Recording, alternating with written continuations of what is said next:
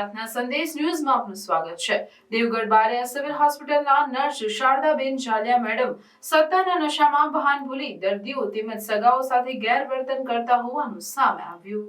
દેવગઢ બારિયા હોસ્પિટલમાં ફરજ બજાવતા નર્સ શારદાબેન જાલિયા મેડમ અને તેમના પુત્રી પણ સાથે રહી તેમના દ્વારા દર્દીઓના સગાઓને ઓળખી દવા સારવાર કરવામાં આવતી હોય છે, ત્યારે હોસ્પિટલમાં નર્સ શારદાબેન મેડમની મનમાની કેમ એમ અમુક ગરીબ દર્દીઓને ટીબીના રૂમમાં ખાટલો આપવામાં આવે છે અને જે રૂમમાં પંખાની પણ સુવિધા નથી, જે પંખા છે તે બંધ હાલતમાં જોવા મળી રહ્યા છે, તેવા રૂમમાં દાખલ કરી હેરાન પરેશાન કરવામાં આવતા હોય છે।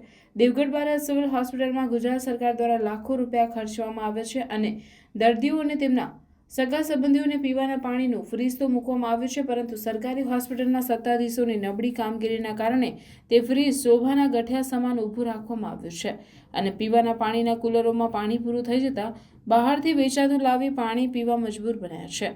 સાથે સંડાસ બાથરૂમ ગંદકી અને જાજરામાં પાણીના નળ બંધ હાલતમાં પડેલ છે, તો ગરીબ પ્રજાની ચિંતા કોણ કરશે જેવા અનેક સવાલો અને આ નર્સ શારદાબેન જાલિયા મેડમ સત્તાના નશામાં દર્દીઓ તેમજ દર્દીઓના સગાઓને જેમ ફાવે તેમ બોલતા હોય છે અને તેમને કંઈ પણ કહેવા જતાં તાત્કાલિક પોલીસનો સંપર્ક કરી હોસ્પિટલ ખાતે પોલીસ બોલાવી ગરીબ પ્રજાનો અવાજ દબાવવામાં આવે છે।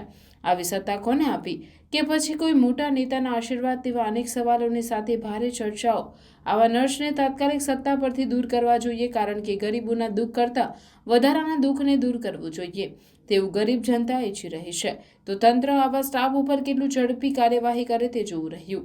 દેવગઢ બારિયા નગર પંચમહાલનું પેલેસ ગણાતું નગર છે અને મંત્રી બચુભાઈ ખાબડ નાઓનો મત વિસ્તાર છે। મંત્રીના વિસ્તારની હોસ્પિટલમાં ડોક્ટરોની પણ કમી હોય, જેના કારણે દર્દીઓને ભારે સામનો કરવો પડે છે। આવો ચાલતો કથળેલો અને આંધળા વહીવટ કરવાની સત્તા કોને આપી તે તો તપાસ કરવાથી જ બહાર આવે તેમ છે। દાહોદ જિલ્લા બ્યુરો ચીફ ઇમ્તિયાઝ ખાંચીની એક રિપોર્ટ। પ્રાર્થના સંદેશ ન્યૂઝની તમામ લેટેસ્ટ અપડેટ્સ માટે ચેનલને હમણાં જ લાઇક, શેર અને સબસ્ક્રાઇબ કરો।